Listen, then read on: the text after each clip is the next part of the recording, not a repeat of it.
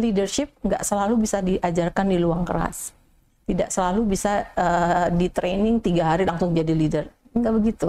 Itu terjadi suatu mentoring yang perlahan-lahan. Namun demikian harus ada sosok yang menjadi panutan. Kita sudah melihat banyak sekali, saya rasa teori-teori tentang leadership. Pelatihan juga cukup banyak seperti tadi. Terus kemudian cerita-cerita tadi itu kan sebenarnya suatu aplikasi bagaimana adaptive leadership itu bisa dikerjakan.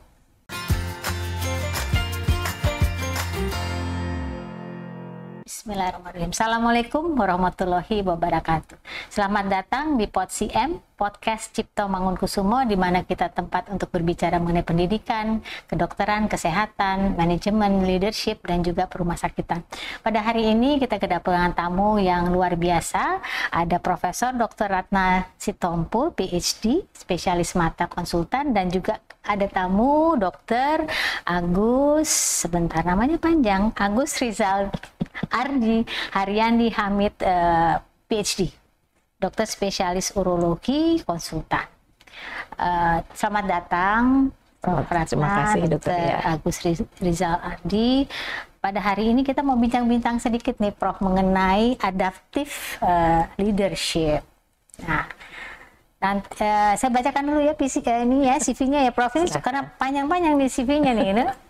Baik. Jadi Prof. Ratna ini lulus dari kedokteran FKUI tahun 1986 nih, sama ya mas saya, Prof, ya, kita sekelas nih. Sekelas. Kemudian beliau lulus dari spesialis oftalmologi Fakultas Kedokteran Universitas Indonesia tahun 1994. Kemudian lulus program doktor di Fakultas Kedokteran di FKUI Jakarta tahun 2005. Dan ada sejumlah area of interest beliau, yaitu dry eye syndrome. Nanti mungkin kita sedikit-sedikit bisa korek-korek karena banyak sekali nih, Prof, yang menderita dry eye syndrome, terutama yang sering buka gadget, buka komputer, dan juga yang memasuki usia 60 tahun. Kemudian ada ocular surface infection, uveitis, ocular immunology, human resource and development planning, policy and strategy for medical education, advocacy for national health and development, ada organization planning, research and design, kemudian program planning and execution, academic writing and publication. Nah, selain itu juga beliau mempunyai sejumlah professional experience. Beliau mulai menjadi staf medik, staf pengajar di divisi okular infeksi dan imunologi FKUI RSCM mulai 1994, kemudian kepala divisi Ocular Infection and Immunology, kemudian kepala oftalmologi residen di KPS ya, Prof, ya, KPS program pendidikan dokter spesialis SP1 Departemen Mata FKUI. Kemudian nih ada yang lumayan nih, 9 tahun mendekati 10 tahun nih, Prof, Dekan FKUI.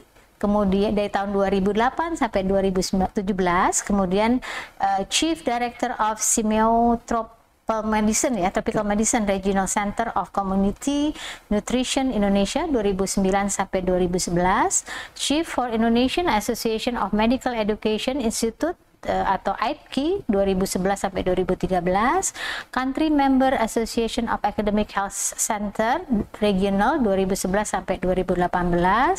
Kemudian ini yang masih aktif sampai dengan sekarang, Advisory Board Indonesian Hydration Working Group 2012 sampai sekarang, Member of Multilateral Biosecurity Dialogue Meeting 2015 sampai sekarang, Project Coordinator Medical Education Research Center 2009 sampai 2016, Member of Joint Committee of Indonesian Ministry of Research, Technology and Higher Education and Indonesian Ministry of Health regarding of improvement of quality in education, research and health services 2016 sampai sekarang, Steering Committee of AAHCI International 2016 sampai dengan sekarang, Coordinator of Ad Hoc Team of Academic Health System Committee, Ministry of Research, Technology and Higher Education in Indonesian Ministry of Health 2007 sampai sekarang.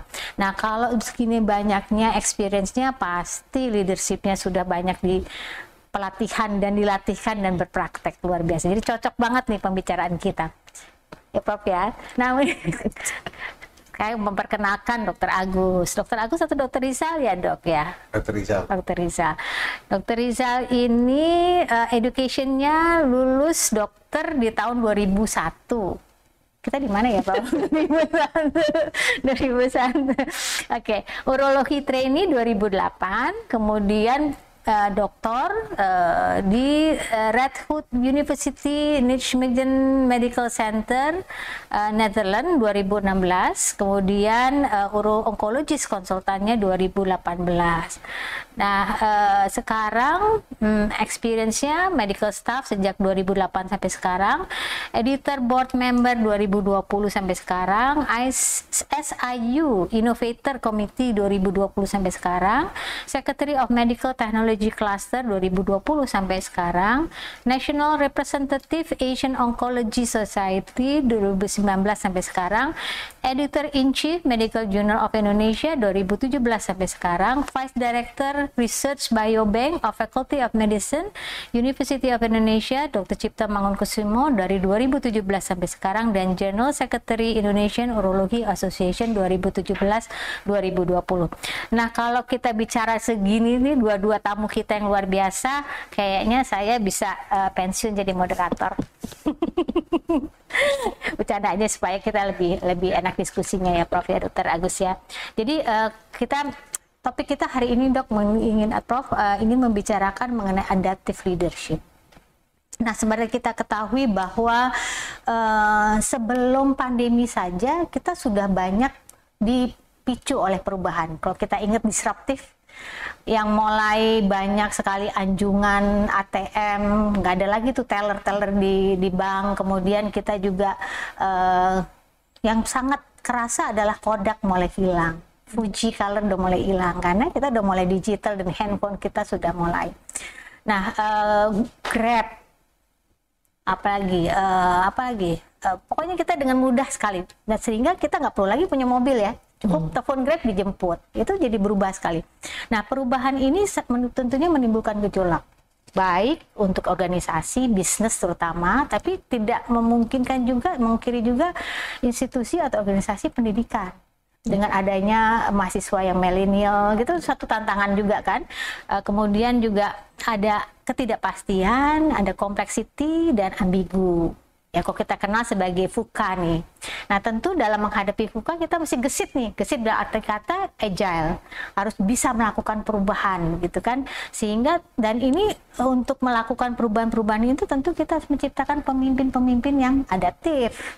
Nah, kalau kita lihat adaptive leadership itu bukan suatu yang bisa kita ajarkan. Bisa sih ikut kursus, tapi harus ada pelatihannya, praktisnya, karena itu merubah behavior.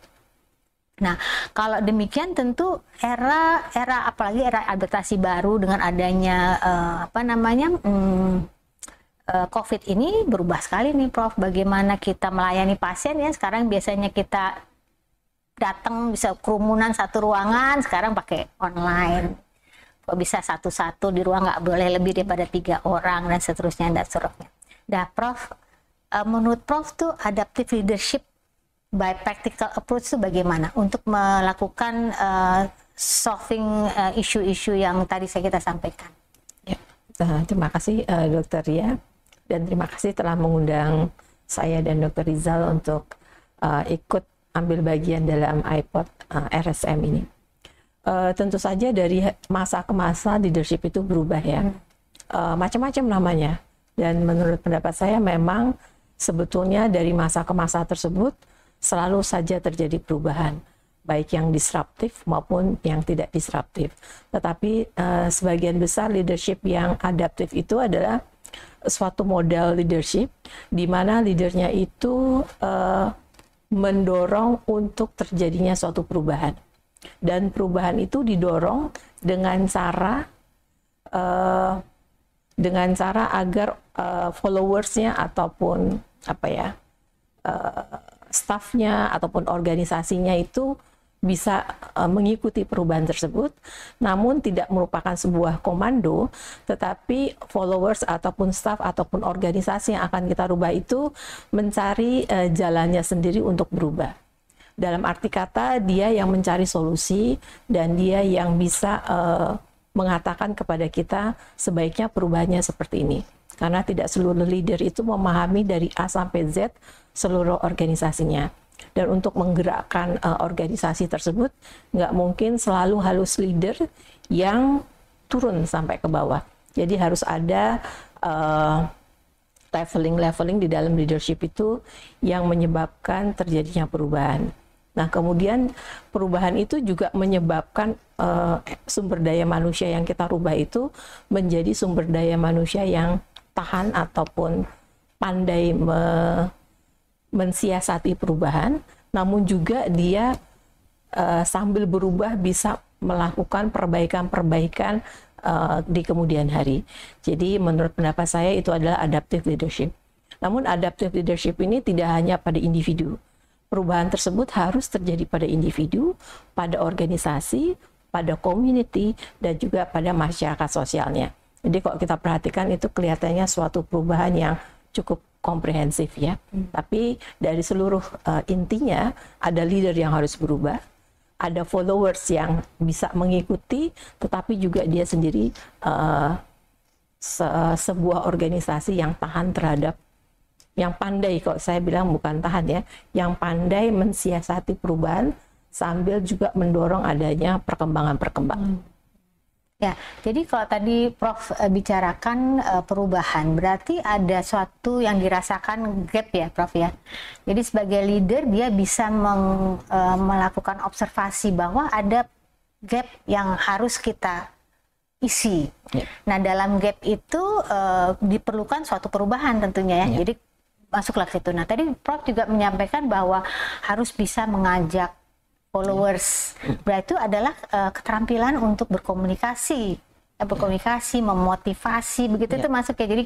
Jadi tadi Prof satu adalah melakukan observasi, kemudian melakukan diagnosis. Kalau kita kan ngomongin diagnosis ya, padahal sebenarnya adalah bagaimana kita menginterpretasikan atau dengan pemikiran kita ini perlu diapain ya untuk gap ini gitu kan ya. Setelah itu mungkin juga brainstorming rame-rame bisa saja kan, tergantung tipe-tipe leadership. Kemudian kita bisa mengkomunikasikan dengan baik gitu kan, terus kemudian mengajak.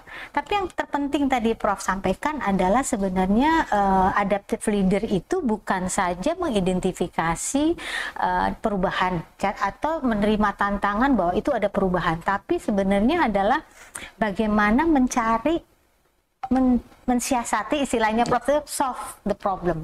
Itu sebenarnya. Jadi ini luar biasa banget loh nih Prof, kok misalnya seorang leader gitu ya bisa mempunyai kemampuan untuk adaptif, dan dia agile sekali, gesit sekali, karena perubahan itu terjadi begitu cepat. Memang di institusi pendidikan agak konservatif ya, nggak terlalu bisa cepat. Berbeda tentu dengan yang bisnis, itu sewaktu-waktu kalau kita nggak berubah udah deh kita ditinggalin tuh ya, seperti tadi saya sampaikan Kodak itu hilang tiba-tiba, Nokia tiba-tiba hilang semuanya. Tapi kita yang lebih klasikal mungkin ya, tapi tetap harus ada berubah gitu. Nah, kalau kita ingat nih Prof, Prof waktu itu kan di dekanat itu tahun 2008-2007. Nah ini ada juga nih Dokter Agus nih 2021 lulus nih, 2028 baru 7 tahun lulus nih sebagai dokter spesialis urologi kan ya dari Pura. Nah Prof, saya ingat sekali bahwa dulu kan yang sangat dikelola atau sangat dipegang oleh FKUI adalah pendidikan profesi ya, jadi calon dokter umum. Nah, saya ingat banget waktu 2008-2017 itu saya tuh KPS dan sempat kepala departemen. Sempat tuh diundang bagaimana Prof itu mau melibatkan MAU kita, FKUI, untuk juga membantu mengelola nih pendidikan spesialis SP1 dan SP2. Bisa ceritakan nggak sih Prof, kok sampainya kepikiran begitu gitu, sampai melakukan perubahan itu nggak mudah ya, perubahan yang biasa dikelola oleh prodi langsung oleh kolegium mungkin ya, mereka dapat duitnya, tapi kemudian bagaimana FKUI bisa menerjemahkan standar kurikulum oleh kolegium itu sehingga bisa diterapkan di FKUI dan di RSCM. Ya, terima kasih Dokter Dia. Sebetulnya waktu gini ya, Fakultas Kedokteran Universitas Indonesia sebetulnya mempunyai program pendidikan S1 yang sudah cukup kuat. Dalam arti kata begini, mereka sudah pandai menerjemahkan kurikulum berbasis kompetensi. Jadi dari standar-standar yang dibuat oleh standar nasional pendidikan dokter itu diterjemahkan menjadi kurikulum pendidikan profesi. Dan kita sudah mempunyai staf pengajar yang memahami betul tentang konsep-konsep pendidikan profesi. Setelah terkumpul sekian banyak staf dengan pemahaman yang baik tersebut, dan kita sudah melihat hasilnya bahwa pendidikan kita memang betul berubah, kemudian baru saya memikirkan bagaimana caranya kita bisa memperbaiki pendidikan spesialis kita agar mempunyai standar yang kurang lebih sama dengan internasional gitu ya. Kita memahami bahwa ada 3 tungku sajarangan. Ada rumah sakit pendidikan, ada kolegium, dan juga ada fakultas kedokteran. Nah, dari situ walaupun standarnya bagus, tetapi kalau kita sebagai pengelola tidak mampu menerjemahkan standar pendidikan spesialis itu menjadi kurikulum yang tertata dengan baik, tentunya pendidikannya bisa mencapai standar, tetapi dengan cara yang tidak efisien dan efektif. Oleh sebab itu, pada waktu itu kita memberikan pemahaman terutama kepada KPS dan juga staf pengajar bagaimana caranya kita bisa melakukan evaluasi yang melekat kepada PPDS kita.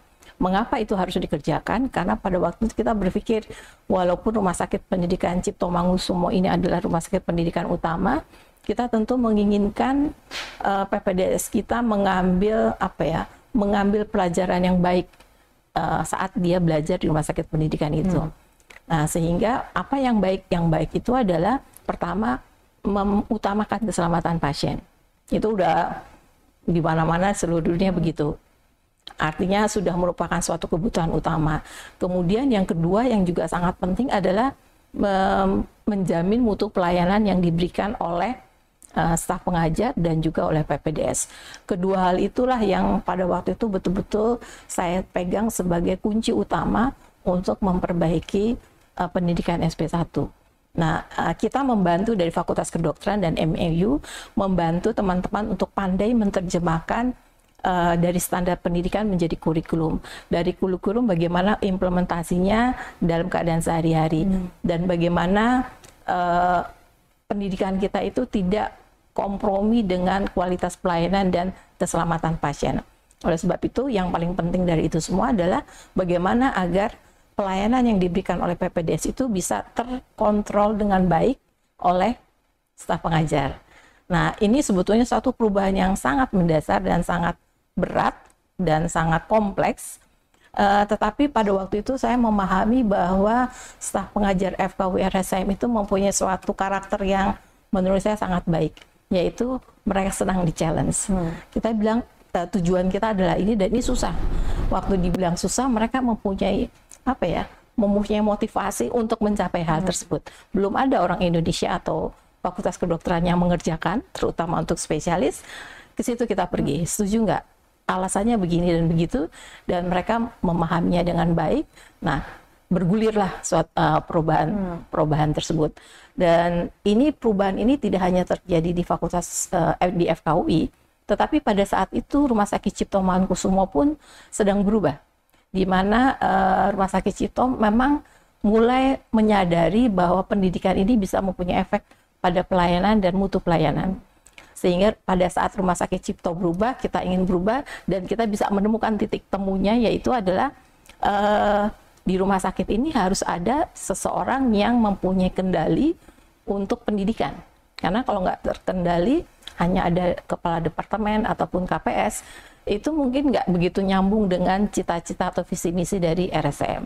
Disitulah pada waktu itu saya sebagai dekan dengan direktur RSCM, kemudian KPS dan kepala departemen menyadari hal tersebut dan mempunyai kesamaan visi, dan itulah yang menyebabkan kita bisa berubah. Saya berpikir pada waktu itu nggak begitu banyak ya pendidikan spesialis yang dekannya ikut campur. Saya pernah diingatkan oleh salah seorang manajer saya, Ibu nggak usah ikut campur pendidikan SP1 karena itu sudah berjalan dengan lancar. Saya bilang berjalan dengan lancar, apa apa parameternya? Saya bilang parameternya saya nggak punya. Itu diawasi oleh kolegium. Ya, tapi kolegium bukan bagian dari saya. Saya ingin menyumbangkan sesuatu, bukan saya lah. FKUI ingin menyumbangkan sesuatu agar pendidikannya menjadi lebih bagus. Masa kolegium tidak mau? Saya juga pernah jadi wakil ketua kolegium. Jadi saya paham betul bagaimana pendidikan SP1 itu dikerjakan. Nah, pada periode yang kedua kita mulai melakukan itu, dan saya sebetulnya sangat terdukung oleh kepala departemen dan ketua program studi yang memahami bahwa yang ingin dikerjakan itu sesuatu yang baik dan memang susah, memang repot, tetapi kita menyediakan apa yang mereka butuhkan. Expertnya udah kita berikan expert yang ahli medical education yang baru lulus pada waktu Dr. Titin dan Dr. Dianta dan juga teman-teman yang lain, dan satu persatu ketua program studi itu kita berikan pelatihan dan kita bantu bagaimana mereka bisa mencapai hal tersebut, dan mereka tampaknya memang sangat antusias untuk berubah. Jadi saya sangat terbantu pada keadaan tersebut. Jadi kalau kita melihat pengalamannya Prof ini dan masuk ke dalam apa tadi yang disebutkan mengenai adaptive leadership itu ya. Jadi Prof bisa melihat gap atau tantangan, atau mestinya kan harus ada yang ngawal nih ya, karena kan tadi kolegium akan senang sekali kalau misalnya ada yang juga bantu mengawal gitu kan.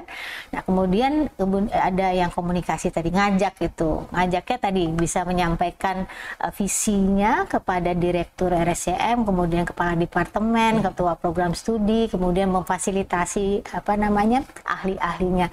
Nah tadi yang menarik sekali tadi Prof juga menyebutkan mengenai visi. Karena sebenarnya dasar dari adaptive leadership ini adalah mindset.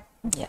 Tadi kita bilang kalau mindsetnya udah pengen ini, pasti di situ udah ada gerakan untuk suatu perubahan. Jadi menyamakan visi atau menyamakan mindset itu sangat penting sekali. Ya. Nah tadi juga Prof yang ingin kita tanyakan nih, tadi tidak mudah. Tantangan terbesar itu apa ya Prof ya? Tantangan terbesar menurut saya adalah pertama, untuk leadernya ya, mendefinisikan perubahan apa yang kita inginkan, artinya perubahan apa yang bersama-sama perlu kita kerjakan, mendefinisikan dengan kata-kata yang baik, dengan data-data yang cukup, yang membuat orang paham bahwa oh iya memang itu sesuatu yang betul. Itu menurut saya bukan kesulitan ya, kemampuan yang harus dimiliki seorang leader. Setelah kita mempunyai visi atau kita mempunyai arah kemana kita akan pergi, maka yang kedua adalah memotivasi. Bisa saja kita mempunyai suatu visi yang bagus, tetapi kita tidak pandai memotivasi teman-teman kita, sejawat-sejawat kita untuk pergi ke sana. Setelah dia termotivasi, maka kita harus mempunyai kemampuan mengorganize agar motivasi kemudian SDM itu bisa bergerak sesuai dengan tujuan kita. Setelah kita memotivasi, menggerakkan, dan mengorganize, maka kita juga harus memahami apa kebutuhannya. Artinya gini, jangan cuma mau berubah aja, tetapi yang ingin kita ubah atau itu harus kita fasilitasi. Fasilitasinya tadi berupa pelatihan, berupa dukungan finansial, berupa administratif atau manajerial yang menyebabkan orang yang ingin berubah itu menjadi lebih cepat dan bisa melihat hasilnya dengan lebih baik. Jadi menurut pendapat saya, ya itu tadi, selain memotivasi juga harus bisa mengorganize, bisa menggerakkan, dan juga bisa memahami kebutuhan KPS apa. Kebutuhan KPS adalah misalnya dana untuk pendidikan turun dong. Kemudian fasilitas untuk pendidikan ada dong, gitu kan? Kemudian apalagi dukungan administratif agar dia dari misalnya lektor kepala bisa dong cepat menjadi lektor, bisa dong cepat menjadi profesor. Itu kebutuhan dia gitu untuk mengatakan bahwa saya itu sudah mampu mencapai jenjang pendidikan atau jenjang yang tertinggi yang dia bisa kerjakan. Itu pun akan memotivasi dia untuk mengajar dengan lebih baik, melakukan penelitian dengan lebih bagus gitu ya, mengikut sertakan peserta didik yang lain, mengikut sertakan staf lain yang mungkin masih muda untuk ikut bersama-sama dia menuju suatu tempat yang tertinggi. Jadi saya memotivasinya waktu itu gitu. Kalau Anda guru, kalau Anda staf pengajar, Anda kan maunya capai yang tertinggi kan? Hal yang tertinggi apa? Guru besar. Oke, bagaimana cara mencapainya? Itu kita cari datanya. Kita diskusi sama Dikti. Waktu itu teman-teman umumnya yang dari Kementerian Kesehatan seperti saya itu mempunyai kesulitan yang sangat besar dan hampir tidak mungkin untuk menjadi guru besar. Yang bisa jadi guru besar biasanya yang Dikbud.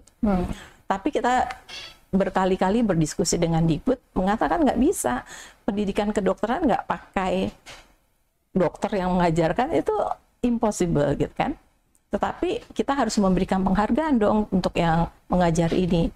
Nah, hal-hal seperti itu kalau diurut apa yang harus dikerjakan itu sangat banyak.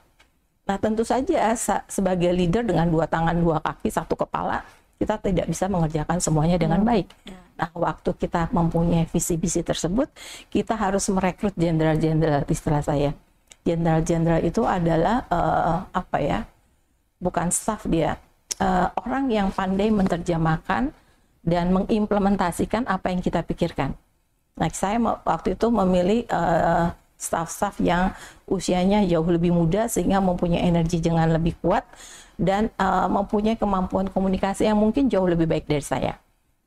Sehingga rencana strategis itu bisa diterjemahkan oleh mereka dan mereka bisa membuat suatu program di mana program itu dikerjakan juga bersama dengan Kepala Departemen dan KPS. Tapi Kepala Departemen dan KPS ini tidak hanya mendapatkan komando dari kita, tetapi kita minta juga mereka untuk mengatakan gini, kalau ingin Departemen Mata atau Departemen Urologi yang jauh lebih baik dari sekarang, Anda butuh apa? Oh, kami butuh ini. Listnya banyak banget gitu, sampai wah, wishing listnya tuh banyak sekali. Oke, kalau saya nggak bisa kasih semua, uang kita nggak cukup. Saya cuma bisa kasih, yang kita kasih adalah yang esensial yang dia butuhkan. Pelatihan ini, akomodasi ini, akomodasi. Kalau saya kasih ini, Anda beri saya berapa? Berapa tuh maksudnya publikasi berapa? Menjadi lektor kepala berapa? Mereka bilang, tahun lalu saya bisa menghasilkan 3. Jadi tahun depan 3 juga. Oh, tidak bisa, saya bilang. Dengan segala macam yang sudah kita berikan, saya minta lebih dong, paling nggak 25% dari yang Anda sampaikan sekarang. Jadi mulai hitung-hitungan tuh, targetnya kita mulai hitung-hitungan. Kan Anda hari ini 5, tahun ini 5, tahun depan 25% dari situ. Jadi berapa? 2 tambah 2, 7. Runing. Kelamaan runing nggak? 7. Kemarin runing nggak 7. Akhirnya 7 itu mereka tidak capai. Mereka mencapai lebih dari itu, 10. Nah, berarti tahun depan 7 lagi, oh nggak bisa, tapi ini 10. Maka tahun depan Anda harus 25% atau 50% dari itu. Tapi dengan demikian mereka termotivasi dan akhirnya mengakui, oh saya mampu ya menghasilkan yang seperti itu gitu loh. Dengan demikian tercapailah apa yang saya pikir bagus gitu ya. Namun di saat yang sama sebetulnya pada waktu itu Universitas Indonesia, kemudian Kemdikbud dan juga Kementerian Kesehatan termasuk Rumah Sakit Cipto itu juga sedang melakukan perubahan yang besar-besaran. Misalnya dana penelitian itu mulai cukup banyak ya, sehingga kita mulai mentarget apa-apa yang harus dicapai gitu dan memudahkan staf kita untuk menghasilkan penelitian. Dan pada waktu itu yang mendapatkan tidak hanya teman-teman yang dari Dikbud, tetapi juga teman-teman yang dari Kementerian Kesehatan pun bisa mendapatkan dana yang berasal dari Universitas Indonesia. Di saat yang sama, RSCM mulai menyediakan dana untuk penelitian-penelitian klinik. Jadi perubahan itu disertai juga perubahan di sekeliling kita. Dan alhamdulillah pada waktu itu semuanya suportif untuk akhirnya tercapai perubahan yang sampai hari ini kita nikmati gitu. Jadi memang perubahan itu ada eranya juga ya. Ada eranya. Settingnya bagaimana kalau lingkungannya itu memang akan lebih lebih dimudahkan. Tadi kok tanpa sadar atau Prof. Ratna sudah menyampaikan measurement element nih, outcome, measurement akunnya. Tadi publikasi, kemudian apalagi tadi Bu jumlah lektor tempat waktu.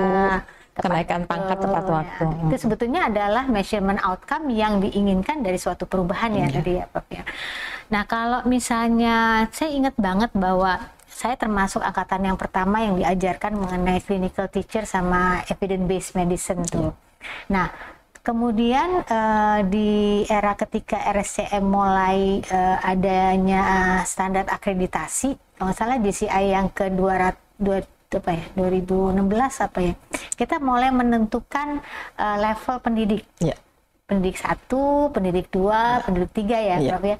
Nah, bagaimana Prof bisa mendefine atau mendefinisikan 3 level itu dalam, kan maksudnya rapatnya cepet banget tuh ya, karena memang harus tuh, ternyata harus ada nih, nggak bisa sembarangan nih, ada pendidik sampai penilai itu beda gitu kan, bagaimana tuh Prof?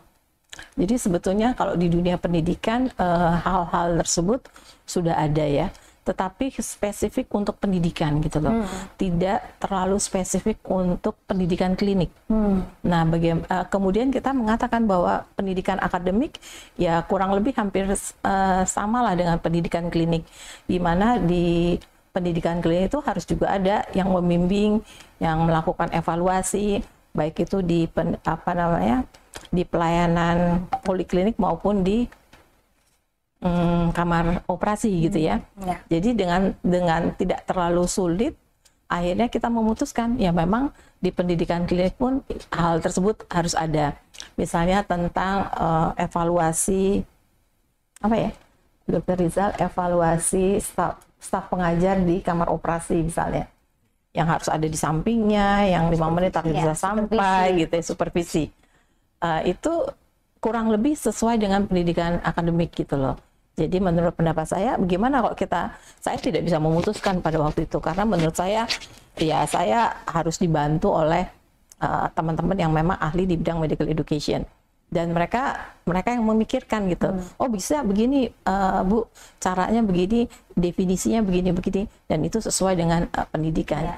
Jadi saya bilang, ya kalau kayak gitu, ya udah kerjakan saja, karena itu yang bagus menurut mereka, dan saya pikir ya memang begitulah gitu ya. Jadi dengan waktu cepat sekali kita, maksudnya RSCM dan FKUI itu bisa mendefinisikan nih pendidik 1, pendidik 2, pendidik 3, dan level mereka tuh ada di mana aja. Kewenangan PPDS pun sudah kita lihat, sehingga kita mempunyai PPDS yang level 1, 2, dan 3 yang tersupervisi secara sistematik. Ada satu lagi nih Prof, inisiasi Prof waktu jadi dekanat adalah mengintegrasikan struktur departemen. Ini kan agak-agak susah ya. agak-agak susah. Ya kalau saya waktu itu ada perubahan struktur organisasi ya susah, tapi masih bisa itu ya, masih bisa manageable lah. Tapi ketika sudah bertahun-tahun gitu ya, ada misalnya bagian anatomi, bagian fisika, bagian biologi, bagian fisiologi, bagian farmasi gitu kan ya. Bagaimana ada idenya Prof kalau nggak salah mengintegrasikan ya? Ya, jadi pada waktu itu kami memikirkannya, saya nggak berani bilang saya ya, karena kita berpikirnya bersama-sama, memikirkan bahwa memang teman-teman kita yang di preklinik itu mempunyai karakter dan kegiatan ataupun pekerjaan yang berbeda dengan teman-teman yang di klinik. Mereka umumnya memang ya samalah, urologi spesifik urologi, mata spesifik mata ya. Tetapi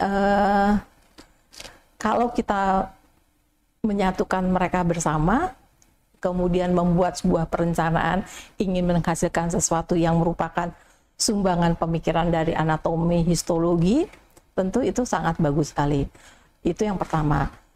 Sementara itu juga di dunia sudah mulai tuh mengintegrasikan bidang-bidang tersebut gitu ya. Jadi kalau kita keluar negeri kita lihat tuh nggak ada lagi yang namanya departemen anatomi, pasti anatomy and development apa gitu ya. Jadi jauh berkembang, itu satu. Kemudian yang kedua yang saya pikirkan adalah kita juga harus mampu menjual keahlian kita. Kalau kita atau kalau kami yang di klinik itu kan menjual jasa ya, jasa keahlian kita. Nah teman-teman di preklinik itu juga harus mampu menjual keunggulan dia. Keunggulannya apa gitu kan? Keunggulannya apa? Tapi kalau keunggulan histologi rasanya garing gitu ya, kurang menjual. Tapi kalau histologi digabungkan dengan anatomi, apa jadinya? Yang satu histologi, yang satu anatomi. Saya pikir Anda harus duduk dulu. Saya nggak bisa menentukan apa yang harus Anda temukan. Tapi saya yakin bahwa anatomi dan histologi mempunyai satu kesamaan dalam arti kata mempunyai keahlian keunggulan yang bisa digabungkan untuk menghasilkan suatu produk. Saya minta produk itu. Dengan Anda mempunyai perencanaan akan menghasilkan produk, akan melakukan kegiatan A, B, dan C, nanti kita akan lihat bersama di mana FKUI bisa mendukung. Tapi saya minta produk itu karena dengan Anda menghasilkan produk, Anda akan menghasilkan publikasi. Anda akan menghasilkan pelayanan di mana keunggulan itu dijual gitu ya. Nah itu yang menurut saya menyebabkan mereka berpikir nggak bisa Bu, kami berbeda. Emang berbeda. Tapi kalau melihatnya bedanya, tapi pasti ada kesamaan. Iya. Kesamaannya itu adalah Anda harus menghasilkan sesuatu yang unggul dari apa yang Anda miliki itu. Dan akhirnya mereka berkali-kali bertemu. Pertama nggak bisa, nggak bisa. Kedua nggak bisanya mulai sedikit. Yang ketiga saya bilang nggak, pasti ada. Cari itu. Kalau Anda ketemu, cari deh, coba di dunia lain itu pasti ada, saya bilang. Pergilah ke sana, cari, lihat, pelajari. Dan terpaksa kita bukan terpaksa ya. Waktu itu kita juga sedang membangun IMERI kan, sehingga kita bukan menyekolahkan ya, mengirim banyak sekali staf pengajar ke luar negeri untuk melihat, ada yang seminggu, ada yang 2 minggu, ada yang 3 bulan. Nah, mereka pulang dari situ mulai terbuka. Oh iya ya, ada nih gitu kan. Nah, akhirnya mereka berkumpul bersama untuk memang betul-betul membuat suatu perencanaan baru. Kalau beberapa bagian itu yang senada gitu dikumpulkan, harus menghasilkan sesuatu yang baru gitu loh. Dan akhirnya berkali-kali tuh mereka bertemu. Dan saya nggak memimpin langsung, tapi waktu itu wakil dekan Dr. Ponco, sekarang Prof. Ponco yang mengerjakannya, itu kita pantau. Wakil dekannya dipantau, ininya dipantau gitu ya, sampai akhirnya mereka menemukan ada yang bisa dijual. Tapi untuk bisa menghasilkan ada yang dijual ini, dia harus melalui beberapa tahap dulu. Tahap yang paling penting adalah mereka minta laboratorium yang sophisticated, paling tidak bisa menghasilkan publikasi-publikasi yang sesuai. Nah, itu kita modalin. Kita berikanlah modal laboratorium terpadu pada waktu itu yang dibangun oleh Pak Heri dan Dr. Dante yang sekarang menjadi wakil menteri ya. Jadi begitulah kurang lebih ceritanya.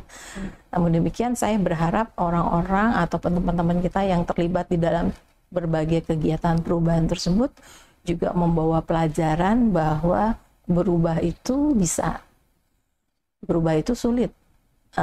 Oleh sebab itu tidak bisa dikerjakan dalam waktu semalam seperti Sangkuriang gitu ya, tapi membutuhkan kerja yang long term, sehingga hasilnya juga bukan hasil yang immediate, tetapi suatu hasil yang sustain gitu ya, berkelanjutan.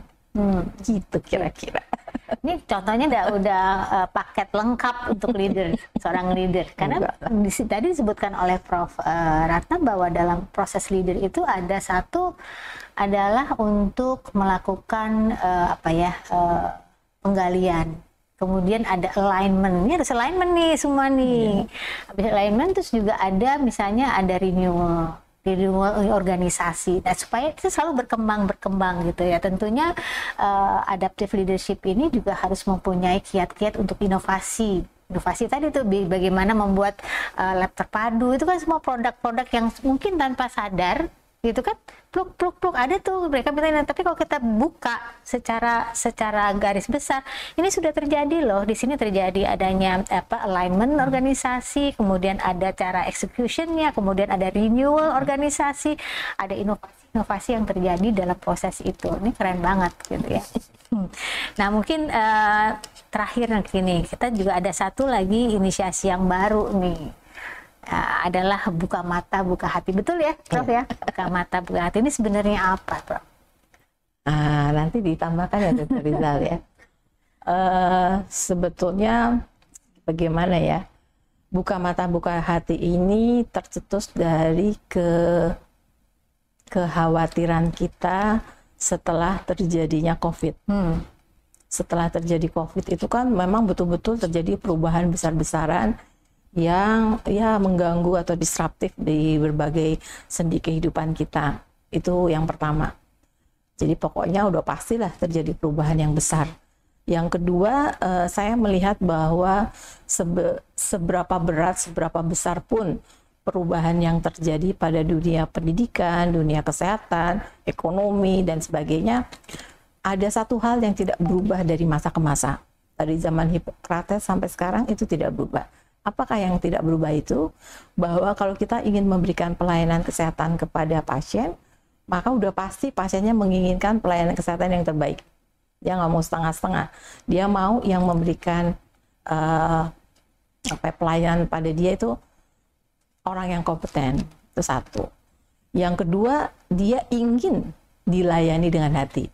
Kalau kita lihat Sumpah Hippocrates, apapun ceritanya, sebetulnya seseorang itu harus melayani dengan sesungguh-sungguhnya, dengan hati yang ikhlas gitu kali ya, dalam memberikan pelayanan itu. Sehingga perubahan tersebut tidak bisa tidak kita tetap menghasilkan seseorang dokter dengan karakter yang seperti itu. Itu yang saya lihat, yang saya amati, tetap dibutuhkan oleh manusia gitu ya. Itu saya pahami. Kemudian yang kedua, saya terinspirasi atau terketuk waktu saya menghadiri waktu kita melepas Prof. Ali Sulaiman. Di halaman FKUI itu saya mendengarkan riwayat hidup beliau yang menurut pendapat saya, saya sendiri sebagai mantan dekan tidak memahami atau tidak mengetahui dengan tepat, dengan pasti apa yang beliau sudah kerjakan selama hidup beliau. Ya. Dan saya menganggap bahwa teman-teman FKUI itu juga semuanya memiliki keistimewaan-keistimewaan, memiliki keunggulan-keunggulan. Sebagai contoh misalnya operasi ginjal pertama, itu pasti di sini. Memisahkan bayi kembar, itu di sini. Operasi katarak dengan memasukkan intraocular lens, di sini. Apa aja yang pertama di Indonesia tentang pelayanan kesehatan itu terjadi di sini. Tetapi pelajaran tersebut, leadership di dalam pelayanan kesehatan itu tidak setiap saat bisa kita dengar, dan belum ada buku yang komplit yang bisa menceritakan itu dengan baik. Dan seperti Dokter Ria tadi katakan, leadership nggak selalu bisa diajarkan di ruang keras, tidak selalu bisa di training 3 hari langsung jadi leader, nggak begitu. Itu terjadi suatu mentoring yang perlahan-lahan. Namun demikian harus ada sosok yang menjadi panutan. Panutan itu bisa senior kita, bisa adik kelas kita, bisa orang lain, tapi ada dulu dong sumber panutan, ya kan? Kalau nggak ada sumber panutannya, bagaimana saya bisa memanuti gitu ya, mengikuti. Nah, kemudian kita berkumpul dengan beberapa teman, kita mengajukan usulan tersebut, dan akhirnya disetujui bahwa kita harus mengajarkan leadership, tetapi tidak dengan cara mengajari atau menggurui, tetapi dengan cara memberikan contoh-contoh.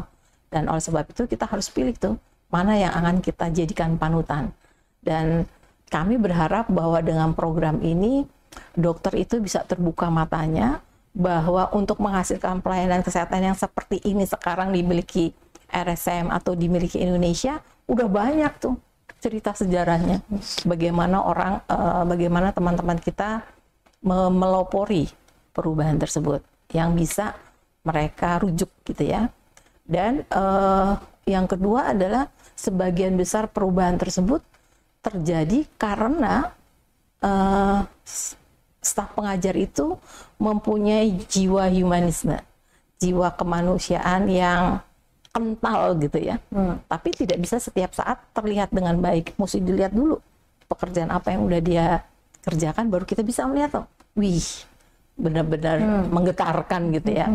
Nah, oleh sebab itu kami merasa panutan-panutan ini harus dicari dan ya dicontohkan gitu, agar kita semua, nggak cuma yang muda, tetapi yang setengah muda atau bahkan yang sudah senior pun bisa menyadari beginilah caranya kita menurunkan atau mengheritage atau apa ya namanya, mewariskan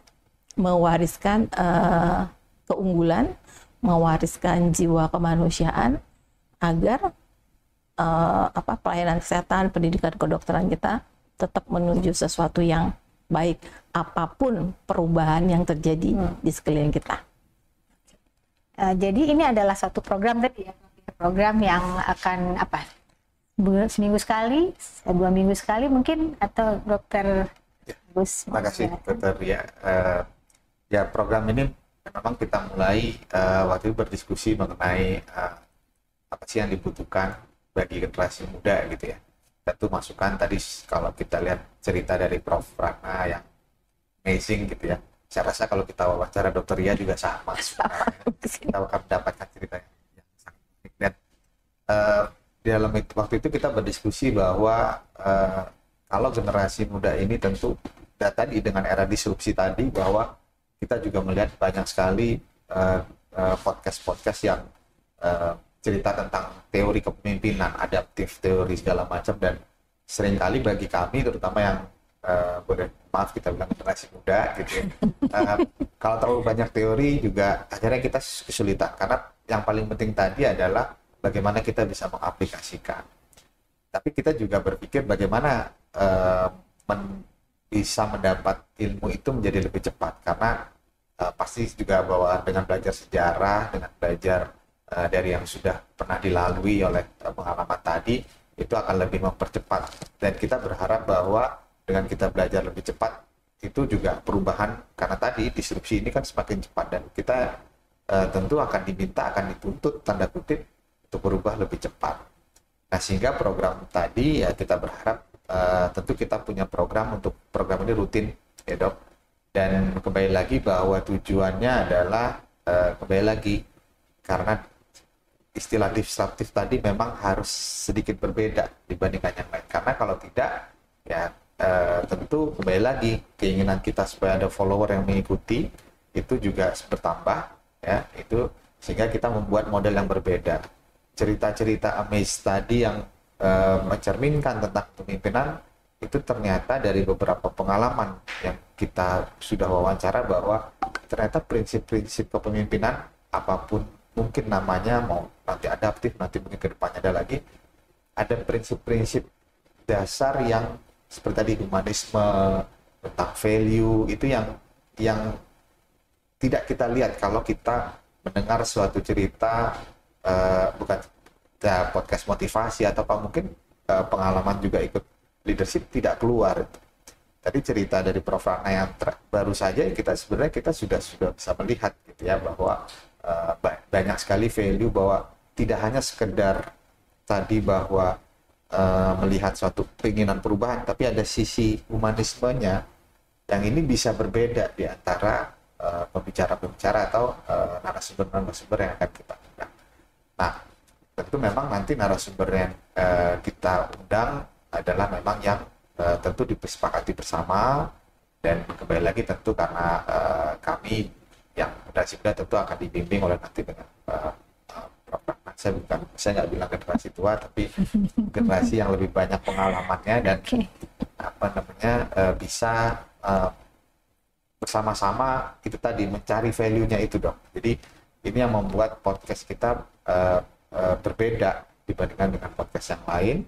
Ya tentu dengan bersama dengan ya sekarang kita bersama dengan podcast CM itu dengan semangat yang sama, bahwa tentang leadership ini bisa diturunkan, terutama ilmu-ilmu, dan bagi kami dan generasi muda sekarang mungkin kita lihat juga lebih senang ilmu praktis.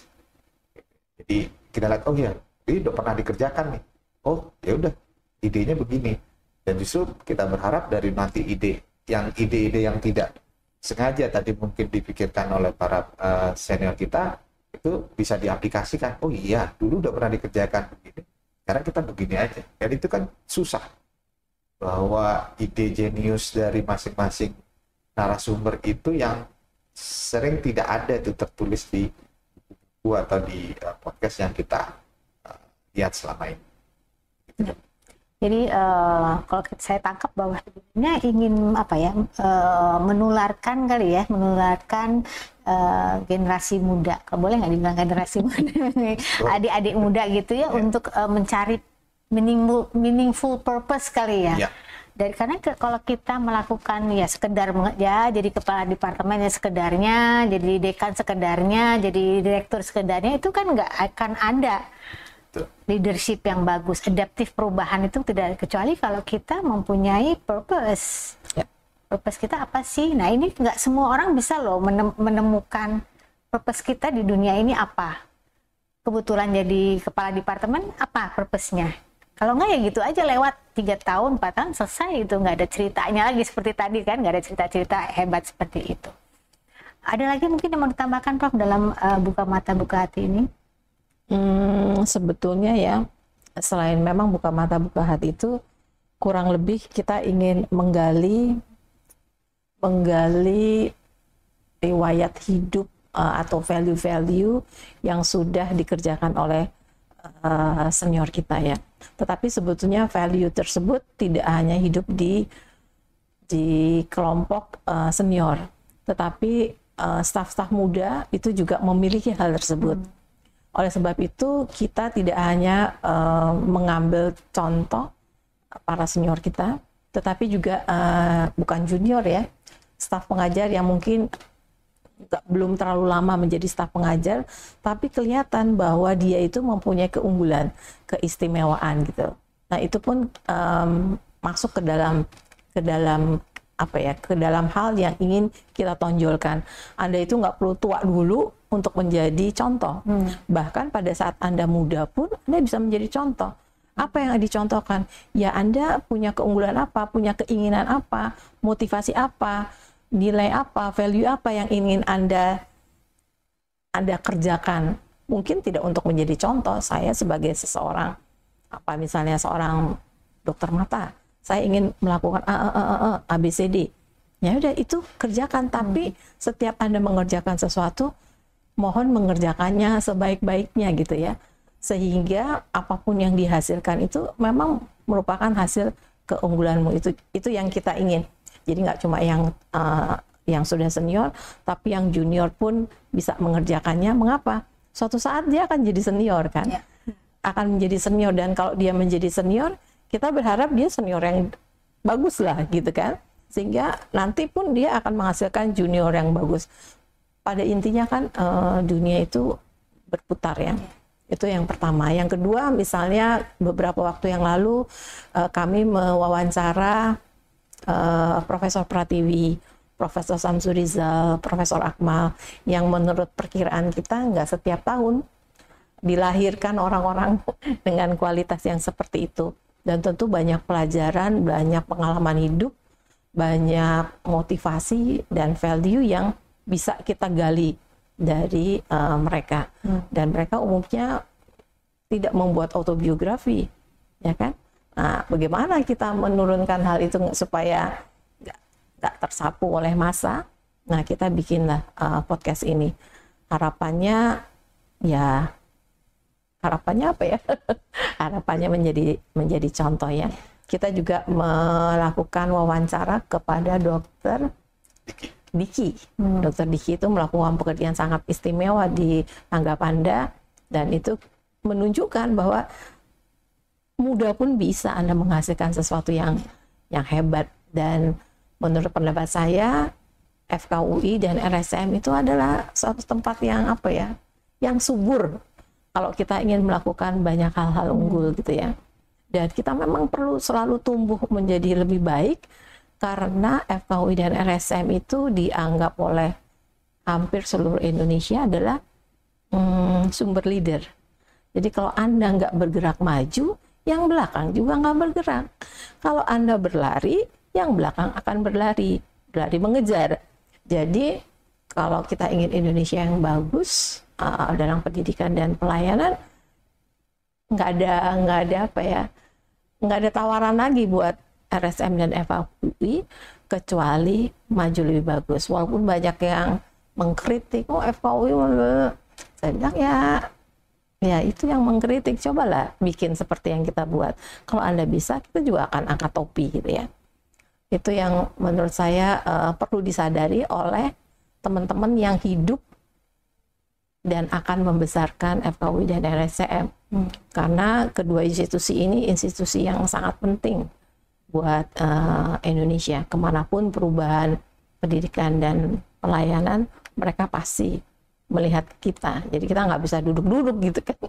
Mesti yang bagus kita dilihat, yang kurang bagus pun kita dilihat kan. Jadi pada dasarnya ini sebetulnya kita utamanya adalah ingin bahwa ada pemimpin-pemimpin muda ya. Kalau kita lihat mungkin kan kita di usia berapa Prof? Waktu dekan usia berapa Prof? 48 ya. Kita nggak mau lagi tuh 48 tuh udah ke 50 tuh. Kita mau pemimpin muda tuh 30 tahun, 40 tahun itu loh. Supaya nanti ketika mereka udah 50, 48 tuh ceritanya lain lagi tuh, lebih berkilau lagi dan memberi manfaat lebih banyak lagi untuk orang banyak gitu ya. Kalau kita udah 48 sebetulnya udah telat ya Bro. Sedikit menambahkan Dr. Ria, jadi ini yang mungkin kita sebut sebagai applied leadership gitu ya. Seperti kita ambil contoh bahwa saya kebetulan orang bedah gitu ya.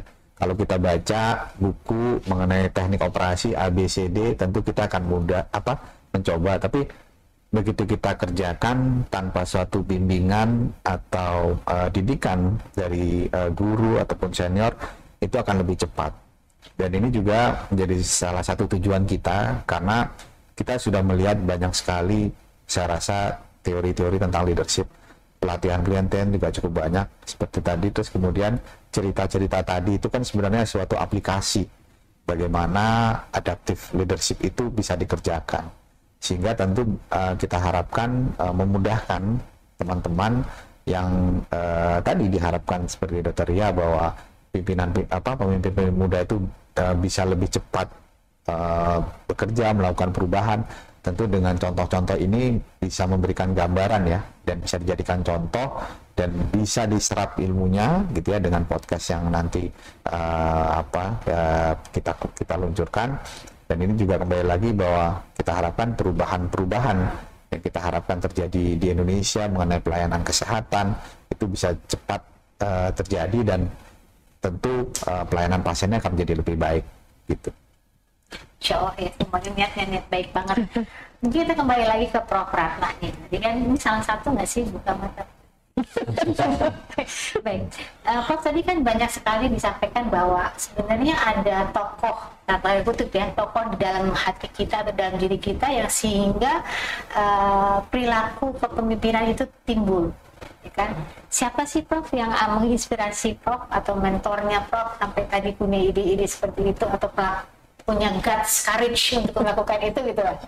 Ya nggak tahu dari sana ya.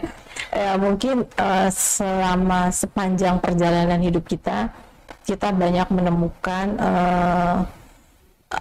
guru-guru ataupun contoh-contoh yang bisa kita petik dan kita jadikan pedoman gitu ya. Tapi tentu segala sesuatunya mulai dari rumah. Ya memang saya mempunyai ayah dan ibu yang menurut saya ya pasti semua anak menganggap ayah ibunya itu hebat ya. Tapi keduanya itu mempunyai karakter yang yang saling menunjang gitu ya. Sebagai contoh adalah ayah saya walaupun nasi tompol itu seseorang yang sangat lemah lembut, nggak pernah suaranya keras, tapi kita respect pada beliau. Sementara ibu saya itu selalu menekankan kalau kamu melakukan sesuatu dan ingin hasilnya baik, salah satu caranya adalah kerjakan sendiri. Ya, kalau misalnya kita bilang, oh ini kok kamar pembantu udah bersihkan, tapi kok kamu mau lebih bersih dari ya, do it yourself, gitu kan. Sementara ayah saya selalu mengatakan bahwa kalau kamu sekolah yang terbaik. Kalau kamu ingin melakukan sesuatu, lakukan yang terbaik. Kalau kamu menjadi tukang sampah, no problem for me, but you do your best, gitu ya. Jadi hal-hal tersebut menjadi ya terbangunlah dalam diri saya. Kemudian saya memiliki seorang kakak yang dari TK sampai dia fakultas kedokteran tuh selalu pujaan guru gitu ya, menghasilkan apa ya, gambar aja dapat 9, gambarnya emang keren-keren, aljabar 9, ini 9, saya bilang, aduh saya gimana nih gitu kan ya. Saya pernah pulang sekolah atau SMP, padahal sebelum waktu SD saya udah belajar aljabar, tapi waktu ulangan pertama kali saya kelas 1 SMP saya dapat 4, dan saya dipanggil oleh guru, kepala sekolah, saya ingat banget namanya, Pak Leo Tukan. Kamu anak, kamu adik, nah, kakak saya terus dia bilang, kamu beda sekali, kamu cuma modal muka ya. Itu saya pulang nangis saya. Terus saya bilang ke kakak saya, abang mau pintar sendirian, saya nggak bisa pintar. Jadi kalau abang mau pintar, adiknya mau pintar, abang harus ajar, gitu ya. Terus dengan cara dia mengajarkan saya. Tapi perilaku saya itu ingin selalu menghasilkan yang bagus itu terbangun. Sehingga waktu fakultas kedokteran pun saya nggak bisa nih sesuatu. Saya pasti bilang, Pak, abang mau jadi dokter sendirian ya? Adiknya nggak diajarin. Dia mengajarkan saya, tapi dengan cara yang berbeda gitu, nggak pakai ngomong gitu. Pokoknya dia tulis aja apa yang dia itu, nggak pakai ai, gitu. Jadi saya pikir begitulah saya terbangun. Waktu saya di Fakultas Kedokteran tentu kita melihat guru-guru kita yang hebat-hebat gitu ya.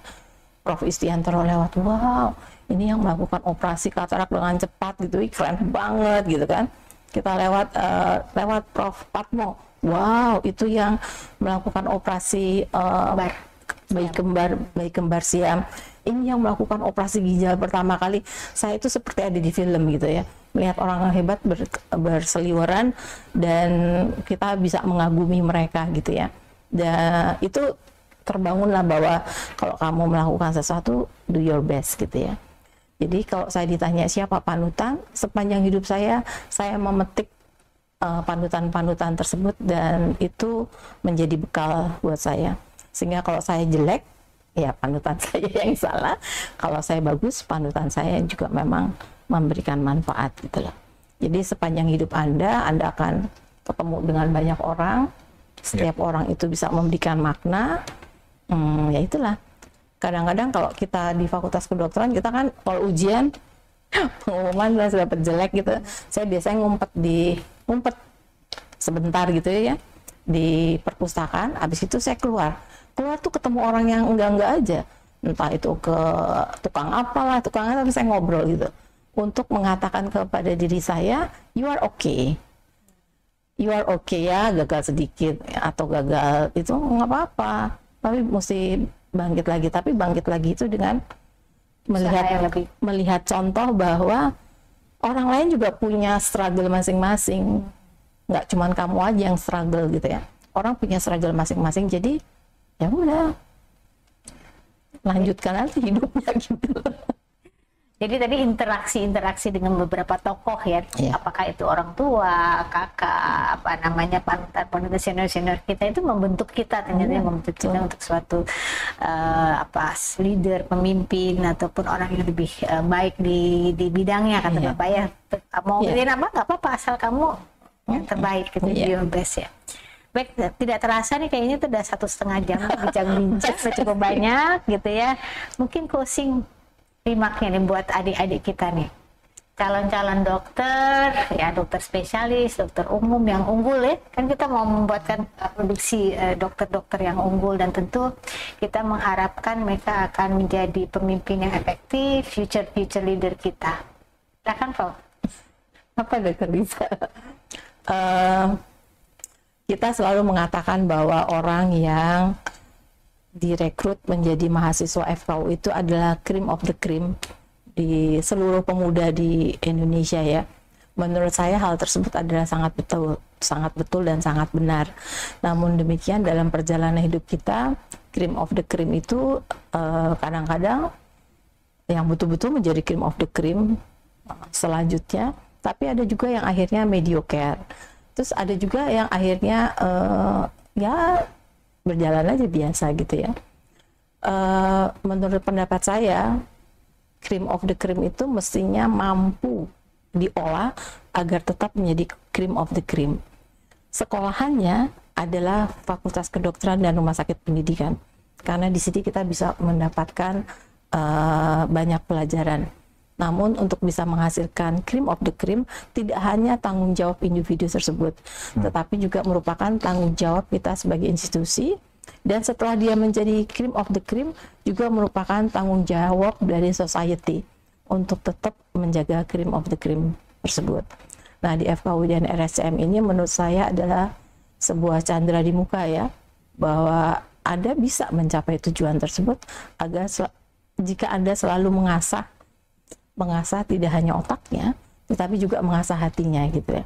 Karena menurut pendapat saya di sini bukan pendidikan cuma untuk menghasilkan seorang dokter. Di sini adalah pendidikan untuk menghasilkan manusia yang baik gitu loh. Jadi ilmu-ilmu kita, ilmu mata, ilmu apa, itu diterjemahkan sedikit aja ke dalam bagaimana menjalani hidup yang bagus, tata caranya, metodenya untuk mengatasi solusi dalam kehidupan gitu. Sebetulnya metodenya tetap sama, anamnesis, diagnosis, pemeriksaan penunjang gitu kan, treatment, balik lagi ke situ. Jadi itu yang mesti kita ajarkan gitu. Jangan sampai dia sukses menjadi dokter, tapi tidak sukses menjadi seorang manusia yang baik. Nah itu menurut saya sih pekerjaan yang mulia dari sebuah institusi pendidikan, rumah sakit pendidikan itu. Terima kasih banyak. Baik, terima kasih Prof. Ratna, Dr. sudah hadir di PodCM kita, podcast Cipto Mangunkusumo, dan kami tunggu program Buka Hati. Masya Allah. Terima kasih. Terima kasih. Teman-teman semua, acara PodCM kita hari ini yang membicarakan mengenai adaptive leader terungkap nih Prof. Ratna. Pada hari ini kita akan kembali lagi minggu depan dengan topik-topik yang lebih menarik. Terima kasih. Wassalamualaikum warahmatullahi wabarakatuh.